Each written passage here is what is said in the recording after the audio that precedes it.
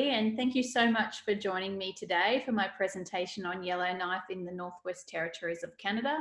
Today I'll take you through why Yellowknife is considered to be the Aurora capital of the world, highlighting Aurora seasons, plus accommodation and viewing options. I'll also highlight other things to do during the day during both Aurora seasons, given the Aurora is most visible at night between the hours of 11 p.m. and 2 a.m. It's always good to know what there is to do in the day as well. And I'll turn my video off so it's not distracting and you can actually follow the screen and then turn it back on for questions after. So I'll just do that now. And if it's, I'll ask Charlie, it seems to be hovering to not turn off. If Charlie, if you could confirm that you've turned my video off for me. Yep, Lizzie, all good to go. Thank you. Thank you, everybody. Okay, let's start. So where are we? Highlighted in the green is the Northwest Territories. We're centrally located between the Yukon and Nunavut, above British Columbia, Alberta and Saskatchewan. And the 20,000 people live in Yellowknife. It's the capital city and it welcomes daily flight services on Air Canada, WestJet, Canadian North, First Air, and twice weekly on Air North. So access is regular and direct and non-stop, arriving from Vancouver, Calgary, and Edmonton. The flying time is approximately 2 hours. Next slide. So the Northwest Territories are known for stunning aurora borealis. There are two aurora seasons. The first is late summer or early fall, which is autumn, and that's from mid-August to early October. During this season, you'll see the beautiful fall colours of the aurora dancing across the lakes and the fall colours.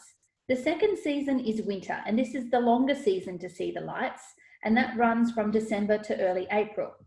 During the two aurora seasons, there is approximately a 98% chance of seeing the aurora in Yellowknife, which is higher than anywhere else in the world.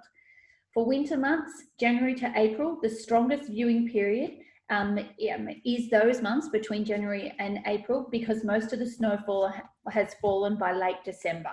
We need the clear skies, so when snow is falling, it's not as visible. We therefore avoid the months of October and November when the snow starts to fall. The reason for Yellowknife being known as the Aurora capital of the world is explained in this chart. Specifically, the location of Yellowknife is situated under the Aurora Oval, which is the highest percentage of seeing the lights. Due to its proximity inland away from the ocean, located on flat land away from mountains, the skies in Yellowknife are generally free of overcast cloud, which is normally caused by moisture in the air. And the clearer the skies, the more visible the aurora.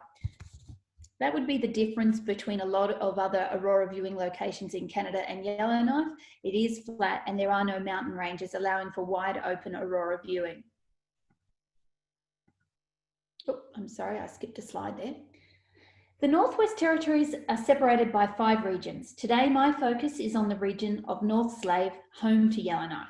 Yellowknife is the gateway to the Northwest Territories and the Arctic region of Canada. The township sits on the Great Slave Lake. It's the deepest lake in North America. This is an aerial shot of Yellowknife's downtown. For the first-time visitors, they're often surprised by the amount of amenities and services that this capital city has to offer while being surrounded by nature. It is just below the Arctic Circle and considered off the grid, but it doesn't mean it's a sleepy, powered town.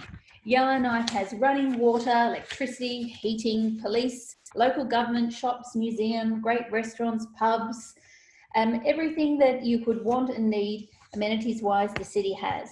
And what people don't know or may not know is that Slave Lake, which you can see in the image here, this freezes over during winter and it becomes the famous ice roads. If you've ever seen the TV show Ice Road Truckers, that is filmed here and set here. And the ice roads take miners to the diamond mines, which is fueling the economy of Yellowknife. Tours are available on Slave Lake for fishing and ice roads in winter as well. Just a little bit of trivia there for you on the lake itself. So aurora viewing in the Great Slave Lake region is all around Yellowknife, and also fly-in, fly-out wilderness lodges like BLACHFORD Lake Lodge, where Royals Will and Kate stayed on their tour of Canada, to unique yellow-based viewing cabins or Indigenous-owned TEEPEE experiences such as Aurora Village. Something different about Yellowknife is that all viewing cabins or teepees do not have accommodation. Accommodation is approximately 10 to 15 minutes downtown, and each operator offering an Aurora experience will collect you from downtown at your accommodation and take you to the Aurora viewing experience. The only accommodation that is available to view Aurora is with our fly-in, fly-out lodges out of Yellowknife. So now I'll take you through some of the varied options in detail for these types of Aurora viewing experiences.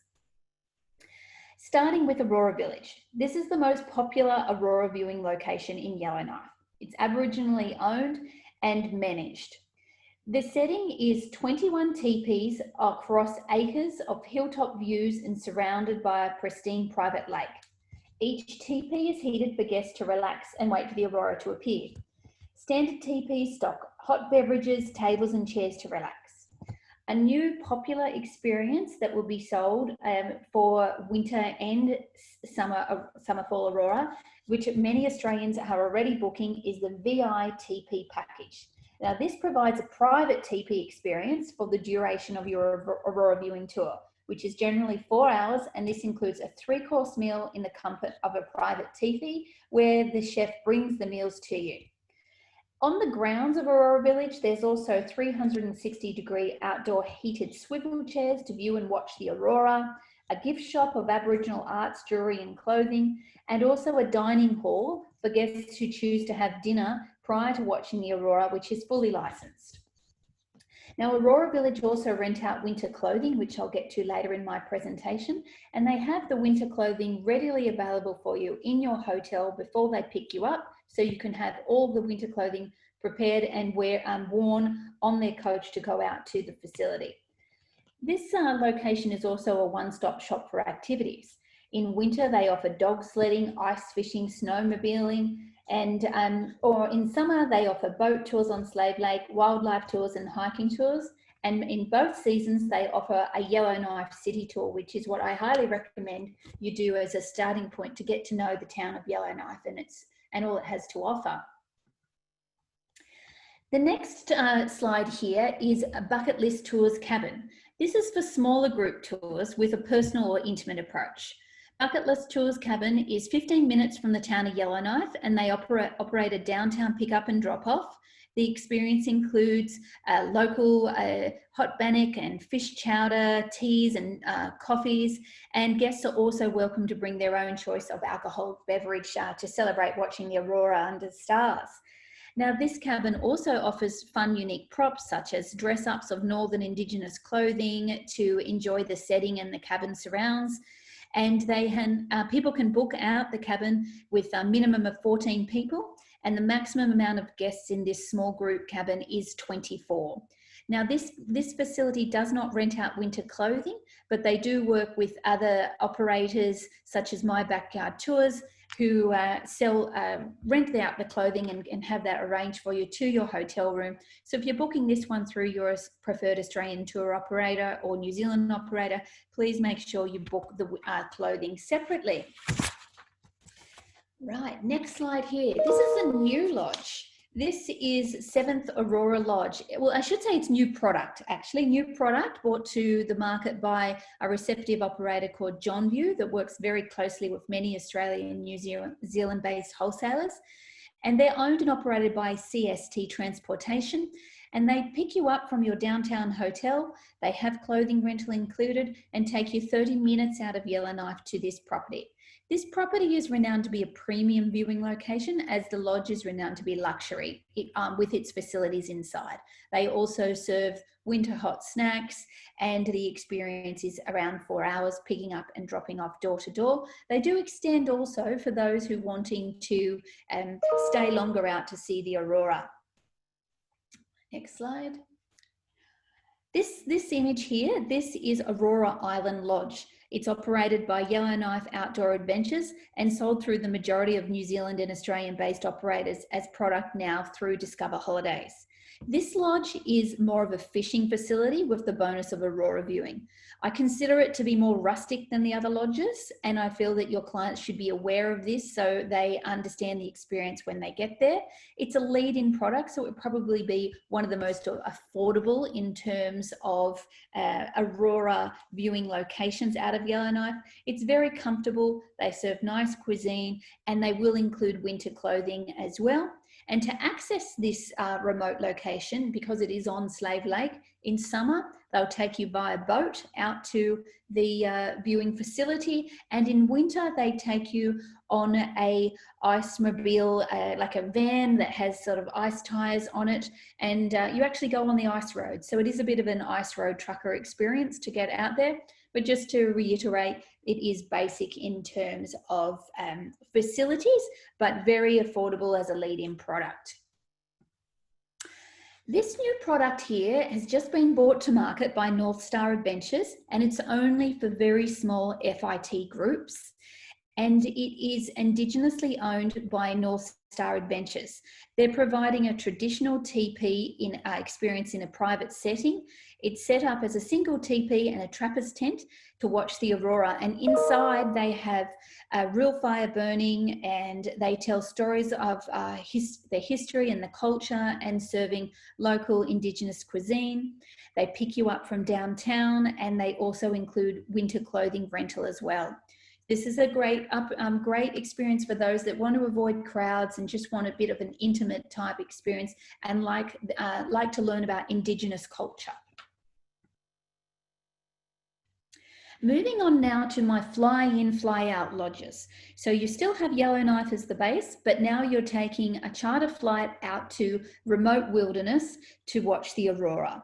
These are more higher end in terms of experience and cost, but a lot of people like the idea of going out to a remote lodge, and they're a great combination also to combine with Yellowknife aurora viewing. So starting here with BLACHFORD Lake Lodge. It's the most commonly sold out of Australia and New Zealand.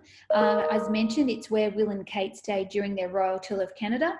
And this lodge is about a 20-minute float plane ride from Yellowknife. All meals are provided, and the lodge features guest rooms in the main lodge. And it also has 5 private cabin lodges separated from the actual lodge itself. And within these little private cabins, they have a toilet and sink in them, but they do not have showers. The showers are only in the main lodge. So those traveling in winter, if they feel their clients may not want to travel 20 meters across the snow to watch the aurora, then, to shower when watching the aurora, then they would be best to stay in the main lodge. But to be honest, most Australian and New Zealand visitors are actually booking the private cabins. Now, this facility is the only lodge that is open, fully functional for both seasons, with a chef on board on location, serving three meals per day, cooked freshly. And they also have many activities in the day in winter, from cross-country skiing, snowshoes, skates, fat bikes, sleds, ice fishing. In summer, to canoes, kayaks, stand-up paddle boards. And all guests have access to the hot tubs, saunas, a teepee, igloo. It's a facility that caters for everything, and very popular amongst Australian and New Zealand visitors. A new lodge that's come into market that will be only open in the summer months is the lodge at Lac La Matre.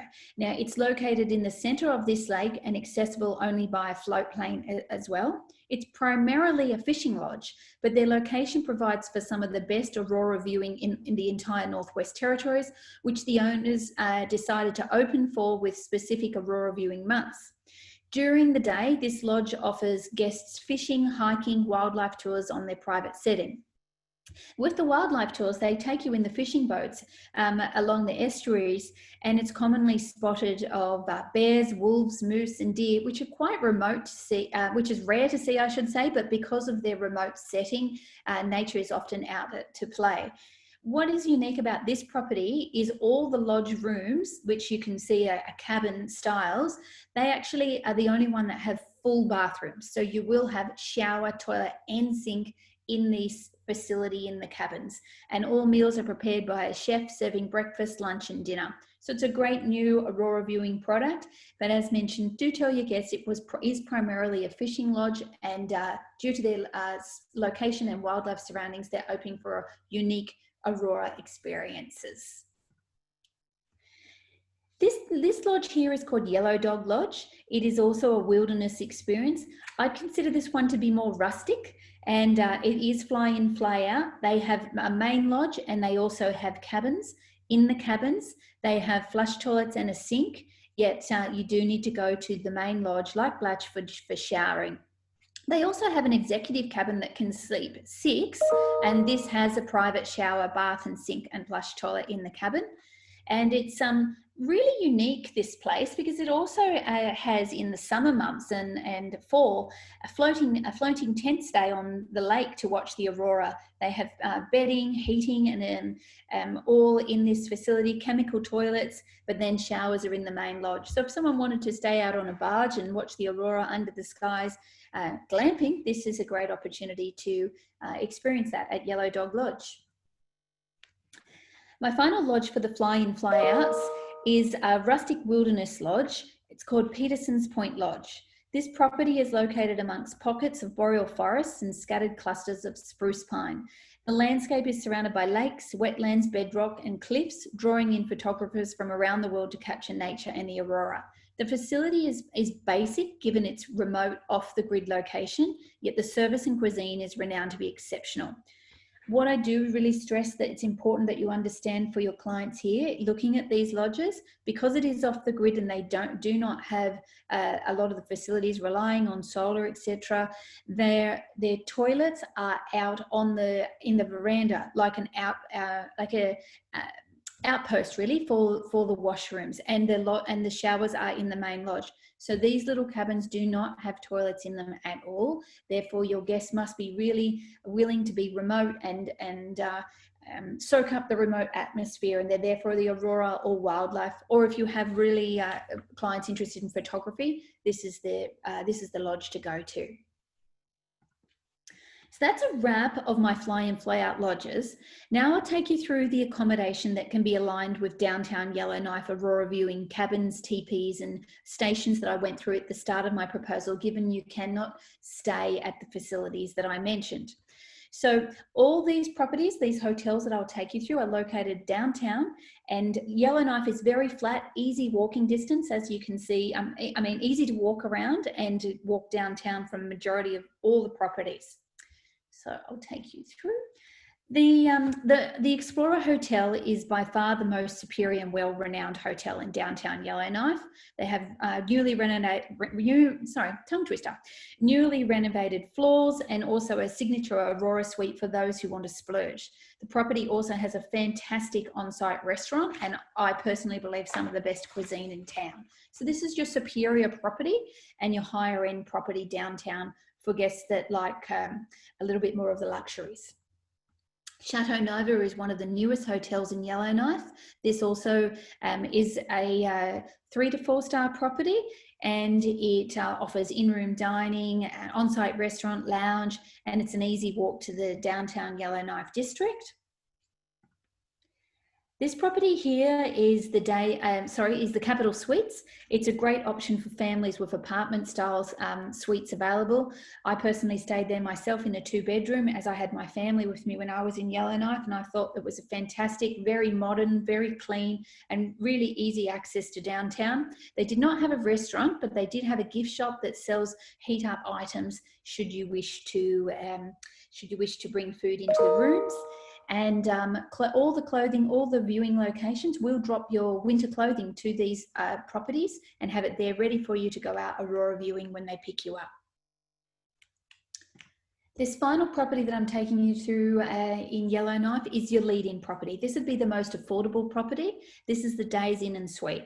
And for those clients that really don't feel that they need to pay extra for accommodation, this is your 3-star lead-in, and it is a beautiful property.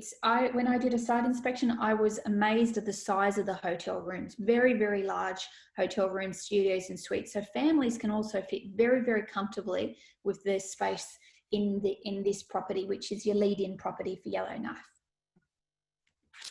So I've touched on winter clothing rental. Majority of the fly-in, fly-out lodges, actually all of the fly-in, fly-out lodges, and majority of the viewing locations, stations, teepees, etc. in Yellowknife have winter clothing. It is essential. It gets very cold in winter, and even in the summer nights, it can be cooler than what we're used to. So that all your clients should rent jackets, boots, snow pants, and gloves. Majority of the Aurora viewing locations will actually have it delivered to your hotel, your guest hotel, and ready for them to wear when they're picked up and to taken out to view the Aurora in the evening. So I recommend this be essential in all your packages. So moving on now to things to do, because Aurora viewing is at night and most of the providers pick you up at 9 o'clock and don't get dropped back till 1 a.m. There's a lot to do during the day. So starting here with, actually I might have missed a slide. I'll just go back to winter, sorry. Starting here with what there is to do in winter. You have everything from dog sledding, snowmobiling, ice fishing, ice cave walks, to tours on the famous ice roads, like in Ice Road Truckers. And all the activity providers will pick you up from the hotel. The transportation in Yellowknife is superior. I was very surprised. I personally hired a car and didn't use it. It was not needed, as the providers come to all the properties and will pick you up. Then in the summer months, there's a lot to do, from hiking out to Cameron Falls, to taking a tour of the Diamond Centre and understanding the history of the diamond mining in the Northwest Territories, which fuels the economy, the Prince of Wales Northern Heritage Centre, guided tours of the Legislative Assembly. There's little glass making shops. But my personal experience that I really liked was the cafe scene. I was genuinely surprised how good the local cuisine was, and enjoyed shopping in the downtowns and trying out all the different cafes. So there are all the different things that you can do and see. And I feel I might have covered everything that you need to know in the basics to sell Yellowknife and the Northwest Territories. And it's also important to understand timing of how long you should stay there. Even though there's a 98% chance, they do say for Yellowknife itself, minimum of 3 nights. So a lot of the Aurora viewing places like Aurora Village have 3-night, 4-day packages. And if you're going to include a fly-in, fly-out lodge, I would say a minimum of 5 nights, 6 days. And the reason for this is they have their own float charter planes that are included in your package that fly you in and out of the lodge, but they may not align with, say, Air Canada or WestJet's connections back to Vancouver or Calgary. So it's always best to have a pre and post stay in Yellowknife for your Aurora viewing when you're going to go to a fly-in, fly-out lodge. And on either of those nights, you can go out and experience one of the Yellowknife operators. So I'm happy to hand back to Charlie and open the floor for any questions. And Charlie, feel free to start my video again. And thank you very much for listening.